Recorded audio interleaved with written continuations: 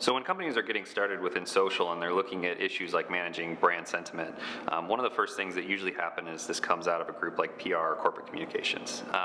And this is traditionally their realm. They're trying to own the messaging and the voice about their brand. But the problem that tends to happen when a crisis emerges, maybe there's an issue with a product or something that goes viral, is those teams don't have the process in place to engage. A lot of times, PR and comms teams I've dealt with, their traditional response is to go quiet, not stir the pot, because that traditionally would cause more of an issue. In social, that doesn't work. You need to engage. You also have to have the right teams available to engage with those conversations.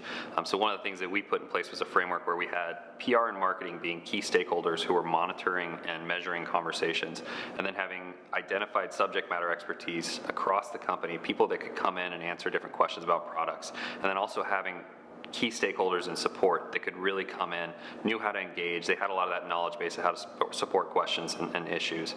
And then also having executive support across those different functions. Otherwise, you're never going to be able to get buy-in when there is a big issue. We then had an issue one time where a product group went out with a new launch that ended up turning into a PR crisis, which then marketing and subject matter experts had to get involved in.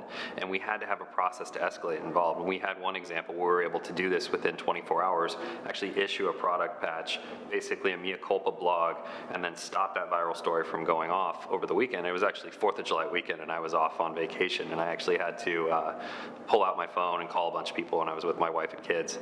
So that was an opportunity where we had process in place, having the right stakeholders identified so that you knew where to go when you had an issue. The worst thing you could do is bring in those tools, and when one of those issues arises, not knowing what to do with it.